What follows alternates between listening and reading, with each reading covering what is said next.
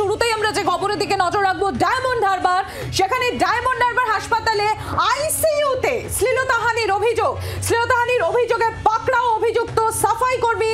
অভিযুক্ত অসুস্থ ছাত্রীকে শ্লীলতাহানি করে বলে গুরুতর অভিযোগ। আর এই অভিযোগের ভিত্তিতে ইতিমধ্যে তদন্ত শুরু হয় এবং গ্রেফতার করা হয়েছে অভিযুক্তকে। কিন্তু প্রশ্ন উঠছে, সরকারি হাসপাতাল আইসিইউ এর ভেতরে কেন একজন ছাত্রীকে এভাবে শ্লীলতাহানির সম্মুখীন হতে হবে? একের পর এক ঘটনা ঘটছে, তারপরেও কি শিক্ষা নিচ্ছে না? প্রবণতা কেন পরিবর্তন হচ্ছে না? কথা বলবো আমাদের সঙ্গে নকিবউদ্দিন গাজী এই মুহূর্তে রয়েছেন প্রতিনিধি সরাসরি। নকিবউদ্দিন, সরকারি হাসপাতাল আইসিইউ, সেখানে এক ছাত্রীকে শ্লীলতাহানি করা হচ্ছে। আমাদের গোটা রাজ্য জুড়ে একের পর এরকম ধরনের ঘটনা আমরা দেখেছি, দোষীদের শাস্তি পেতেও দেখেছি, কিন্তু তারপরও এই প্রবণতা থামছে কোথায়?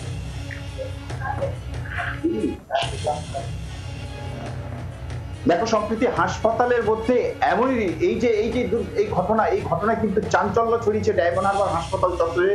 মূলত ডায়মন্ড হারবার সিসিইউ এর মধ্যে একজন সাফাই কর্মী তার দ্বারায় আক্রান্ত হচ্ছে এক রোগী, অর্থাৎ তার বিরুদ্ধে শ্লীলতাহানির অভিযোগ উঠছে। এই শ্লীলতাহানির অভিযোগে ইতিমধ্যেই ওই যুবককে গ্রেফতার করেছে ডায়মন্ড হারবার থানার পুলিশ। তার বিরুদ্ধে পক্সো আইন দিয়ে কিন্তু ডায়মন্ড হারবার ফৌজদারি আদালতে তোলা হবে। কিছুক্ষণ মধ্যে তাকে তার যে বিচার বিষয় সেটা কিন্তু চলবে। কিন্তু এই ঘটনায় কিন্তু চাঞ্চল্য ছড়িয়েছে ডায়মন্ড হারবার হাসপাতালে।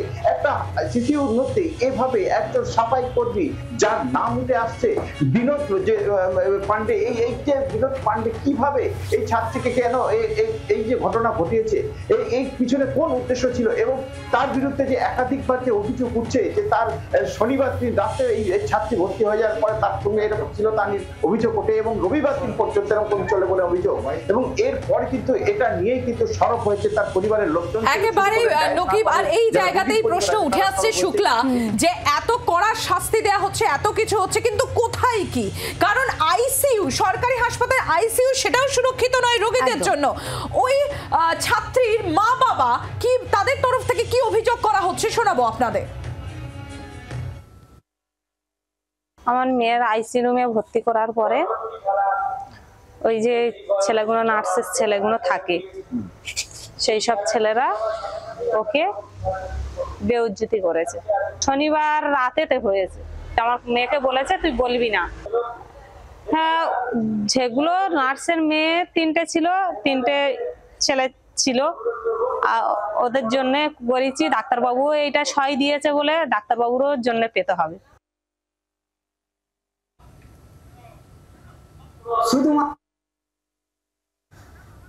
মায়ের বক্তব্য আপনারা শুনলেন।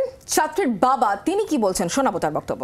সুইপারকে কিন্তু ডাক্তারকেও করা হলো না, নার্সিংহোম জানলো, ডাক্তারবাবু জানলো, তথাপি কেউ কোনো গুরুত্ব করলো না, বা পুলিশও তাদেরকে অ্যারেস্ট করলো না।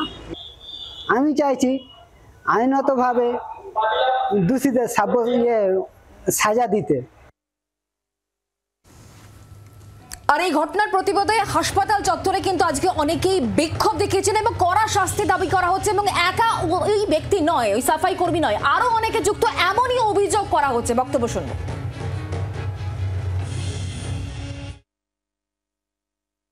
আমরা বিক্ষোভ দেখাচ্ছি এই কারণে যে সিসিইউতে এক কিশোরী ভর্তি ছিল, সেই ব্যক্তির উপরে হসপিটালের কর্মী স্টাফ যে তার উপর শারীরিক পাশবিক নির্যাতন চালায়, জঘন্যতম অশালীন ব্যবহার করে তার সঙ্গে। ফলে ওর সঙ্গে আরো যুক্ত আছে কয়েকজন। ফলে আমরা বলছি যারা এই অপরাধী তাদেরকে দৃষ্টান্তমূলক শাস্তির দাবি করছি। আমরা এই অপরাধী যারা এই কাজে যুক্ত, তারা হচ্ছে কন্ট্রাকচুয়াল গায়ে যুক্ত, এই অপরাধী যারা কাজ করছে।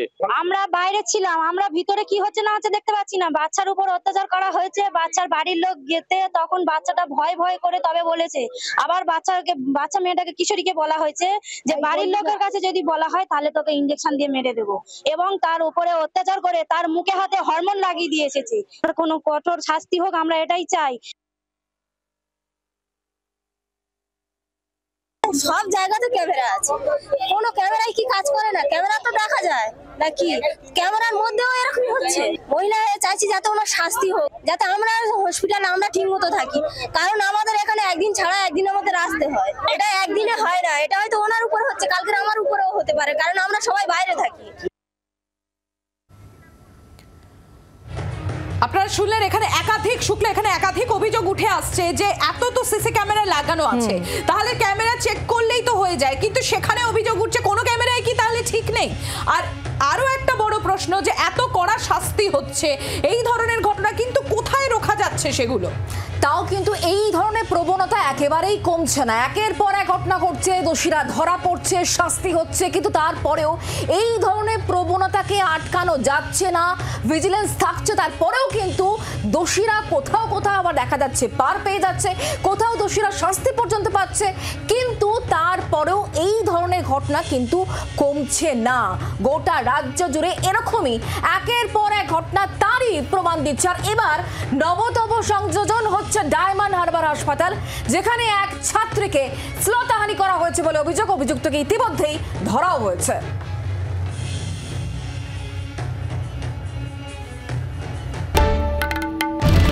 বাংলার আওয়াজ, বাঙালির আবেগ, জি 24 ঘন্টা।